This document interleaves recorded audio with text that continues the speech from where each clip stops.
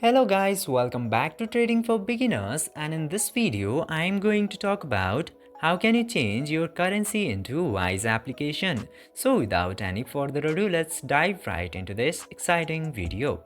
Now, in order to change your currency in Wise, you just simply have to open your Wise application at very first.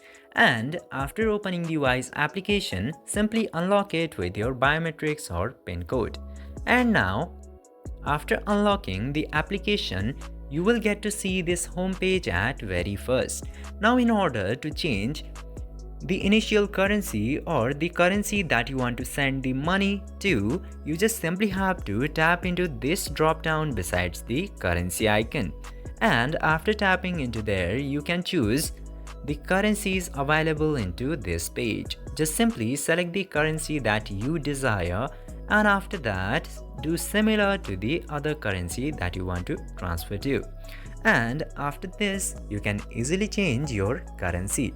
I hope this video was helpful for you. If yes, don't forget to like, share and subscribe to the channel to never miss another update. Thank you for watching the video.